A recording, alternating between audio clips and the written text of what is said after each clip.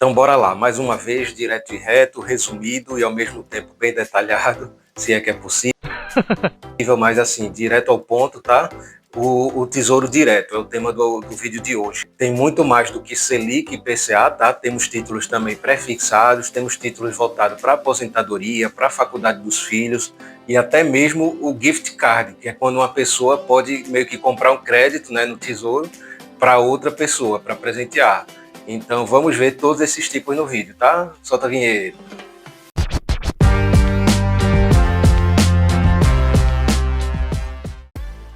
Então, antes de falar de cada título, vamos resumir o que é o Tesouro. O Tesouro Direto é um programa do governo ou um tipo de investimento, certo? Em que nós, cidadãos, podemos emprestar para o governo e receber juros com isso. E aí, nessas várias formas de empréstimo, nós podemos ter títulos de curto, médio, longo prazo, podemos ter títulos com pagamento semestral de dividendos ou apenas no vencimento, podemos ter títulos que são pagos apenas no vencimento ou que pode ser resgatado antes com a marcação a mercado, que eu também vou explicar o que é, títulos que protegem do IPCA, títulos para educação e etc. Beleza? Então, o primeiro título que eu vou falar é o Tesouro Selic, certo? Aquele título que é utilizado muito como reserva de emergência, por ele ter liquidez, né? Não oscilar tanto, ele é mais estável e tem um baixo risco, né? Já que o credor é o governo. Já no caso dos títulos IPCA mais alguma coisa, é aquele título que ele vai acompanhar como se fosse a inflação e ainda vai adicionar uma parcela fixa de remuneração ao investidor. É um título que é bom para se defender contra a inflação, tá certo? Para quem pensa no futuro, geralmente é objetivos de aposentadoria, objetivos de médio e longo prazo, também pode ser para curto prazo, né? Mas assim, muito cuidado, eu vou explicar agora a marcação a mercado. Wait for it.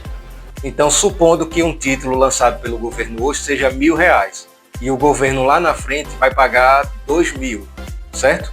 Então, se a taxa hoje é X e lá na frente essa taxa aumentou, então para poder chegar nos mesmos 2.000 do final, o governo vai meio que desvalorizar o título para quem quiser comprar ele no momento, certo? Por outro lado, se a taxa de juros tender a cair no país, para ser aqueles R$2.000, é como se o valor inicial investido vai ter que aumentar, entendeu?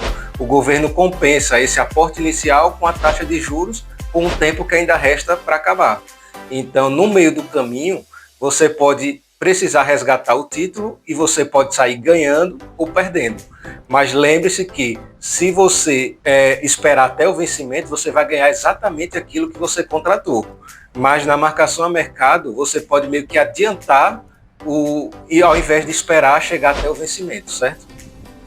E essa questão da marcação a mercado, ela também acontece com os títulos pré-fixados, né? Porque a inflação pode estar atrelada à inflação mais alguma coisa, ou já pode ser uma taxa fixa. E aí, dependendo dessas duas variações, né, para mais ou para menos, é que vai ter essa oscilação. Eu, pessoalmente, tendo a preferir um pouco mais IPCA mais alguma coisa, certo? Porque, digamos que a inflação está uns 5% e ainda tem mais 6%, eu estou ganhando 6% acima da inflação, mas daquilo que eu investi é como se eu ganhasse 11%, certo? Por outro lado, eu posso pegar um pré-fixado de 11 ou 12, né? Um pouquinho mais. Mas se a inflação também disparar, é como se eu estivesse perdendo em relação ao pré-fixado, né? E eu acredito que no Brasil a inflação sempre tende a subir e não a diminuir, certo? Tem alguns momentos que dá uma calmaria, mas no geral sempre está alta, né? E aí, desses títulos que eu falei, né, só recapitulando, a Selic tem aquela liquidez imediata, diária, que você pode resgatar a qualquer momento, né, de segunda a sexta, tem os horários lá do Tesouro, eu vou deixar aqui. E no caso do IPCA e do pré-fixado, eles têm como se fosse um vencimento, né? E aí, se você resgatar antes, você pode ganhar ou perder, dependendo da marcação a mercado.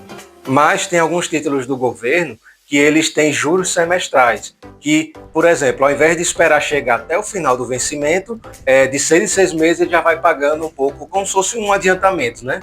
Tudo já é bem calculado para que lá no final você receba o seu investimento mais a variação do período.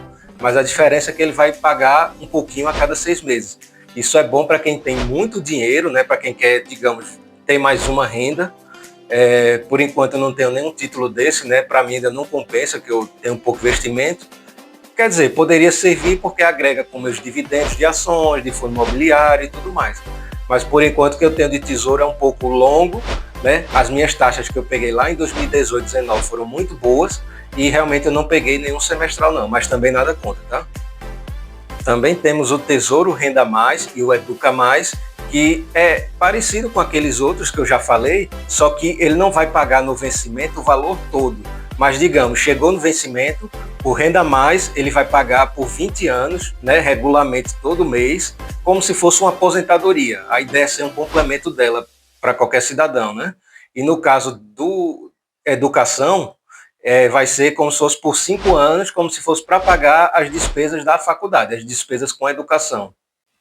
A compra mínima é de 0,01% do valor do título. Eu vou deixar aqui quanto é que está um título hoje em dia, certo? Quando eu comecei, lá para 2018, o valor mínimo do título do Tesouro acho que era 30, 40 reais, mas varia. E outra vantagem desses tesouros Renda Mais e Educação Mais é que eles não pagam a taxa de custódia da B3, certo? Agora tem que levar até o vencimento. O tesouro coletivo é como se fosse uma modalidade que você cria para uma outra pessoa, né? A ideia é meio que a família, né? Um grupo de indivíduos ajudar a formar uma caixinha, uma poupança, mas não é poupança, né? Porque o rendimento é outro, é uma coisa do tesouro, mas é como se várias pessoas da família pudessem estar contribuindo com o futuro daquele jovem, certo? Tesouro Pé de Meia. É um programa do governo, né? Basicamente, assim, o aluno a cada ano do ensino médio, quando ele vai passando, quando ele faz o Enem, quando cumpre determinadas condições, ele vai recebendo um dinheiro, certo? E aí, quando ele se forma no terceiro ano, ele recebe tudo isso. O Tesouro Gift Card é quando uma pessoa pega o contato da outra, né, e aí faz um depósito para ela no Tesouro, né, faz um cartão presente, e aí essa pessoa que recebe, ela pode sacar para o Tesouro, certo? Então, agora, para finalizar, qual seria o melhor título? Depende da sua situação pessoal, certo? Eu vou dizer o que eu faço para mim. Eu ainda não tenho filho, né? Então não penso no Tesouro Educa Mais. Não fiz ainda um gift card para ninguém, né? Mas eu gostaria de receber. Quem quiser entre em contato aí. Mas os dois mais importantes que eu acho é o Selic, pela capacidade de ser uma reserva de emergência, né? Que ele rende e não tem a marcação a mercado para desvalorizar. E o IPCA de longo prazo, tá? Para mim, em longo prazo, sei lá, daqui a 15, 20 anos já quero estar numa situação melhor. Eu já invisto há 8, né? Vou fazer 8. Mas, assim, prefixado eu sou meio desconfiado, né? Realmente, nos últimos anos a Selic só veio subindo, inflação também.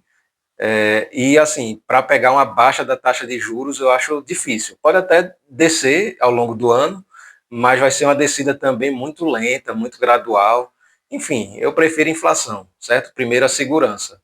E diversificar, renda fixa, renda variável, ações, fundo imobiliário, beleza? E aí, se você gostou desse vídeo, dá uma ajudada aí, tá? Curte, compartilha, comenta. Luiz M. Invest, Educação Financeira e Investimentos. Valeu!